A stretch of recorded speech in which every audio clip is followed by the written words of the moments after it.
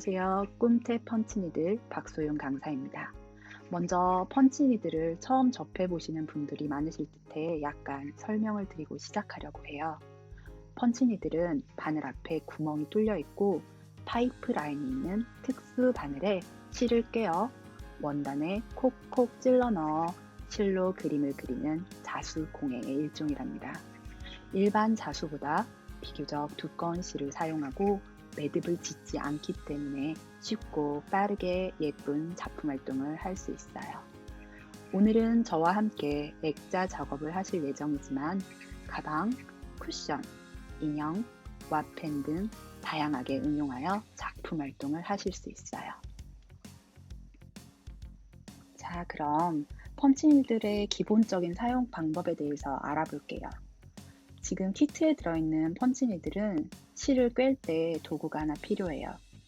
저 와이어 철사 같은 도구는 실을 끌어당기는 역할을 할 건데요.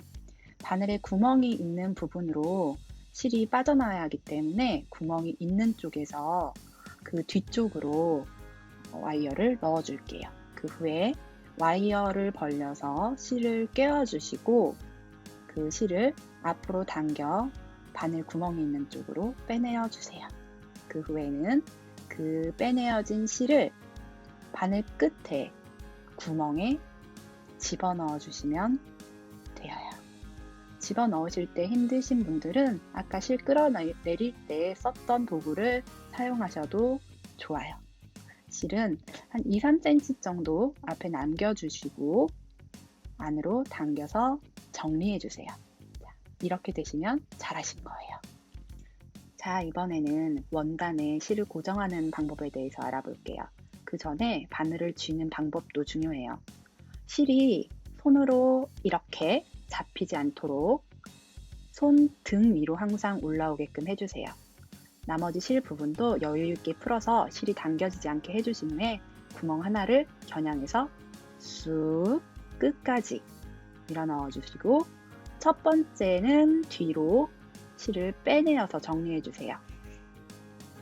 안 빼놓아도 괜찮기는 한데요. 나중에 튀어나와 있는 실을 다시 밀어 넣어야 하는 수고로움이 있으니까 되도록 빼고 할게요. 자, 그 다음 구멍을 겨냥한 뒤에 구멍 사이로 펀치니들을 밀어 넣어 주시면 되는데 이때 원단을 긁듯이 원단에서 바늘이 많이 떨어지지 않게 해주세요. 그래야 이렇게 탄탄하게 펀치니들 땀이 완성되어요. 뒤에는 고리가 생기면서 원단에 고정이 되었어요. 방향을 바꾸실 때는 바늘이 끝까지 들어있는 상태에서 이렇게 틀을 돌려주세요. 라인 작업이 아닌 면을 가득 채우는 작업을 할 때는 저처럼 첫 번째 땀을 살짝 옆으로 밀듯이 해서 그 다음에 땀을 밀어 넣어 주셔야 첫 번째 했던 스티치 줄과 두 번째 했던 스티치 줄 사이에 벌어진 간격이 생기지 않아요. 하지만 나는 살짝 벌어진 틈을 보여주고 싶다 하시는 분들은 그렇게 하지 않으셔도 괜찮아요. 항상 방향을 바꿀 때는 저처럼 바늘이 깊숙이 들어있는 상태에서 틀을 옮기시는 거. 이번에는 바늘을 원단에서 좀 들어볼게요. 어떻게 다른지 볼 수 있게요. 원단에서 바늘이 저렇게 많이 떨어지게 되면 평평하지 않고 약간 위로 볼륨감이 생겨요. 일부러 저렇게 작업을 하시고 싶으시면 하셔도 괜찮은데 이게 실수라고 생각되시는 분들은 뾰족한 가위 끝으로 저렇게 콕콕콕 밀어 넣어 주시면 이렇게 다시 평평해지니까 너무 속상해하지 마시고 이렇게 수정해 보세요. 자, 이제 실 색깔을 바꾸거나 아예 다른 곳으로 면적을 이동해야 될 때는 실을 잘라내셔야 되는데요. 저처럼 이렇게 뒤에서 잘라주시면 아까랑 마찬가지로 나중에 앞에 남아있는 실을 밀어 넣어야 되는 번거로움을 줄일 수 있어요. 이제 잠시 도안을 볼게요. 앞과 뒤가 있어요. 앞에 그려져 있는 건 앞에서, 뒤에서 그려져 있는 것은 뒤에서 찔러 넣어 작업을 할 거예요. 자, 이제 앞면부터 작업해 볼게요. 펀치니들의 바늘을 꿰어주신 후에 첫 번째 땀은 항상 뒤에서 빼주세요. 처음으로는 모양을 따라서 채우는 방법을 알려드릴게요. 반드시 이렇게 해야 되는 건 아니고 내 디자인에 더 부합하는 방법이나 내가 편한 방법으로 하시면 돼요. 안으로 들어갈수록 크기가 작아지니까 바늘땀 길이 조절도 알아서 해주시면 되는데, 바늘땀 넓이는 너무 좁아지면 나중에 작업하시기가 조금 어려울 수 있어요. 힘이 많이 들어가거든요. 적어도 0.5cm 이상으로 작업을 해주시는 게 좋아요. 틀을 돌릴 때 항상 끝까지 바늘 밀어 넣는 거 잊지 마시고, 자를 땐 뒤에서 잘라주시는 것도 잊지 마세요. 두 번째로는 지그재그로 채우는 방법이에요.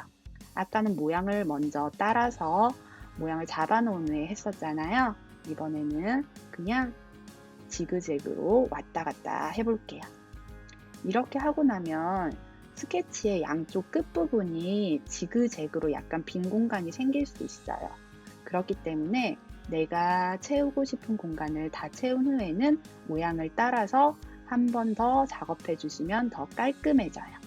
펀치니들은 땀을 놓은 부분에 겹쳐서 또 땀을 놓을 수 있어요. 그러니까 너무 스트레스 받지 말고 즐기시면 될 것 같아요. 이제부터는 작업 영상이에요. 저는 작업 속도를 높이려고 제가 만들고 있는 바늘로 교체를 했어요. 키트에 넣어드린 바늘과 사용 방법은 동일한데요. 실을 꿰는 방법이 약간 달라요. 따로 실 꿰는 도구가 필요 없이 바로바로 실 색깔을 바꿀 수 있어서 조금 더 작업 속도를 높일 수 있다는 이점이 있죠. 자, 작업을 하실 때 나 지그재그로 채웠으니까 처음부터 끝까지 지그재그로만 채워야지. 나는 돌려서 모양을 채웠으니까 처음부터 끝까지 돌려서만 모양을 채워야지. 꼭 그러실 필요는 없어요. 그때그때 그 모양에 따라서 내가 편한 방법 혹은 내가 원하는 의도에 따라서 방법은 왔다 갔다 변경을 하셔도 좋아요. 소분된 실들은 최대한 여유롭게 드리려고 넉넉히 넣었어요. 꼭 제 샘플과 똑같을 필요 없으니까 여러 가지 색 변화를 줘보세요.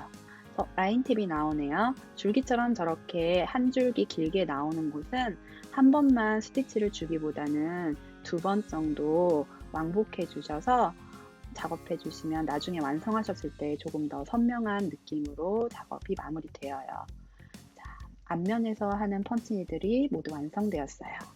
이제 뒷면에서 찔러 넣어서 볼륨을 주는 작업을 해볼게요. 아까 처음에 보셨듯이 마찬가지로 첫 번째 땀은 앞면으로 빼내어 주세요. 나중에 루프 고리와 동일한 높이로 잘라서 마무리하게 될 거예요. 뒷면에서 찔러서 볼륨을 주는 스티치 방법은 끝까지 쑥 밀어넣는 게 가장 큰 포인트예요. 동일하게 끝까지 쑥 들어가지 않으면 앞면에 생성되는 고리들이 높이가 제각각이어서 지저분해 보일 수 있어요.